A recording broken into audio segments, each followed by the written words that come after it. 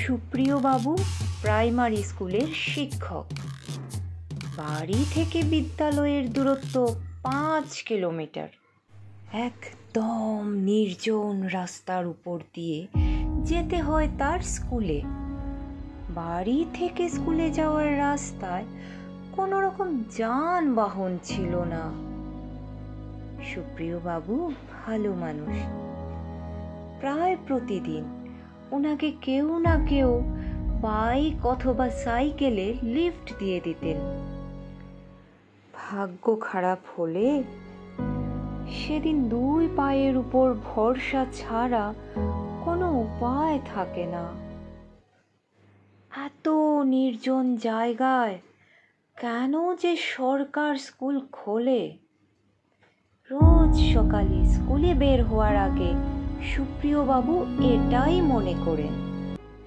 একটু একটু করে পরিশ্রমের টাকা জমিয়ে সুপ্রিয় বাবু একটা ব্যাটারি সাইকেল কেনেন। সাইকেল কেনার পরেই তিনি শপথ নিলেন প্রতিদিন কাউকে না কাউকে লিফট দেবেন, কাউকে মানা করবেন না। কারণ তিনি জানতেন যখন কেউ লিফট দিতে মানা করে তখন ভীষণ লজ্জায় পড়ে যেতে হয়। সুপ্রিয় বাবু যখনই স্কুলে যেতেন কাউকে না কাউকে পিছনে বসিয়ে নিতেন। ফেরার সময়ও যে কোনো মানুষকে লিফট দিতেন। একদিন স্কুল থেকে ফেরার পথে একজন অচেনা ব্যক্তি হাত দেখান। সুপ্রিয় বাবু সাইকেল থামিয়ে তাকে পিছনে বসিয়ে নেন। কিছু দূর যাওয়ার পর অজ্ঞাত পরিচয় মানুষটি সুপ্রিয় বাবুর পিঠে ছুরি ঠেকিয়ে বলে, কাছে যত টাকা আছে আর এই সাইকেল আমাকে দিয়ে দাও, না হলে তোমাকে মেরে ফেলবো। সুপ্রিয় বাবু ভীষণ ভয় পেয়ে গেলেন। টাকা পয়সা তেমন ছিল না, কিন্তু অনেক কষ্ট করে সাইকেলটা কিনেছিল, শেষে ওটা দিয়ে দিতে হলো। যাই হোক, নিরুপায় সুপ্রিয় বাবু অজ্ঞাত পরিচয় মানুষটিকে সাইকেল দিয়ে বললেন, সাইকেল নিয়ে যান, কিন্তু আমার একটা অনুরোধ রইল। চোর বলে, বলুন। সুপ্রিয় বাবু বললেন, তুমি কোনোদিন কাউকে বলবে না এই সাইকেল কোথা থেকে এবং কিভাবে তুমি পেয়েছো। আমিও থানায় রিপোর্ট করব না। চোর আশ্চর্য হয়ে বলল, কিন্তু কেন?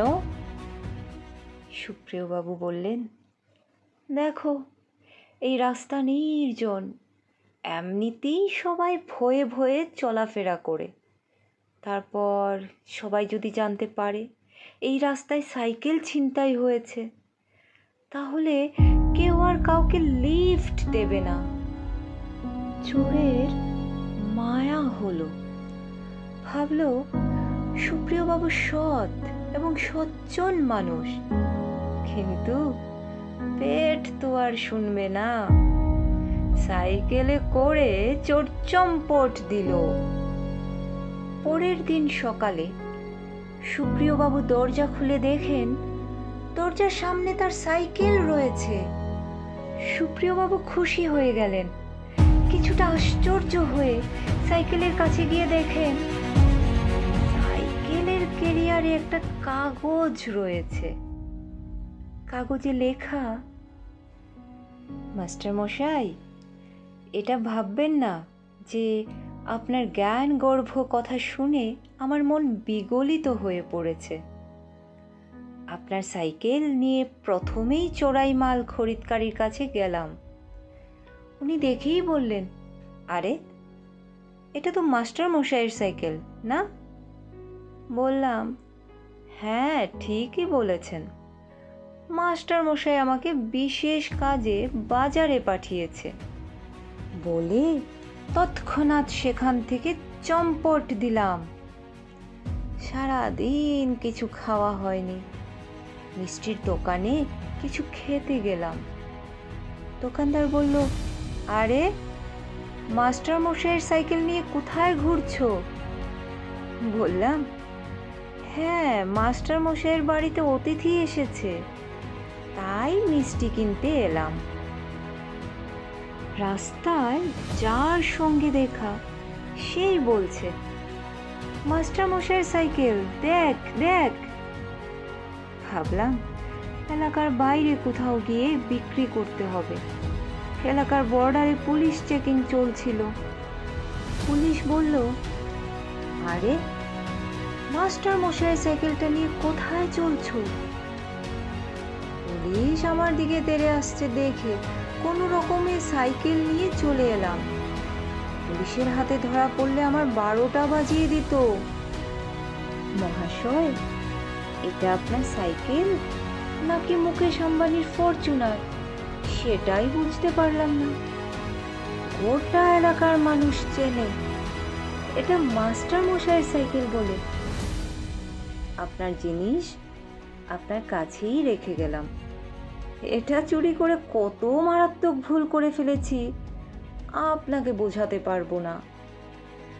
এই ভুলের খেসারত বাবদ আপনার সাইকেলে একটা ব্যাটারি টর্চ লাগিয়ে দিলাম।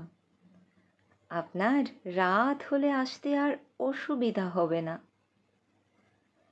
চিঠিটা পড়ে সুপ্রিয়বাবু হেসে উঠলেন, বললেন, ভালো কাজ করলে অবশ্যই ভালো প্রতিদান পাওয়া যাবে। সাময়িক কালের জন্য খারাপ কাটলেও সেই খারাপ দীর্ঘস্থায়ী কখনোই হবে না।